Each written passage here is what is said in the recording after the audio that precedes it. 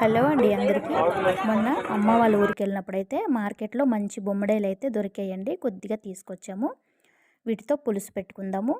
ముందుగా stove on చేసుకొని ఒక గిన్నె పెట్టుకొని కొద్దిగా నూనె వేసుకొని మెంతులు, పచ్చిమిరపకాయ ముక్కలు, ఉల్లిపాయ పేస్టు, కరివేపాకు, టమాటా పేస్ట్ వేసుకొని వేగించుకోవాలి.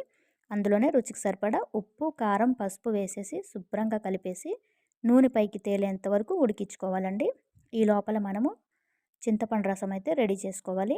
చింతపండు రసం కూడా తీసుకొని అందులోనే వేసుకోవాలి. కొద్దిగా నీళ్ళు వేసుకోవాలండి. మరి పల్చగా చేయొద్దు, కొంచెం చిక్కగా చేసుకుంటే బాగుంటుంది. ఇలా పొంగొచ్చేటప్పుడు మనము కడిగి పెట్టుకున్న బొమ్మిడాయిలు కూడా అందులోనే వేసేసి మూత పెట్టేసి ఉడికించుకోవాలి. బొమ్మిడాయిలు మనకి తొందరగా ఉడికిపోతాయండి. లాస్ట్లో కొద్దిగా బెల్లం వేసుకుంటే వగరు అనేది ఉండదు. కొత్తిమీర ఉన్న యాడ్ చేసుకోవచ్చు. చాలా చాలా బాగుంటుందండి బొమ్మిడాయిల పులుసు. చాలా సింపుల్గా చేసుకోవచ్చు. Thank you.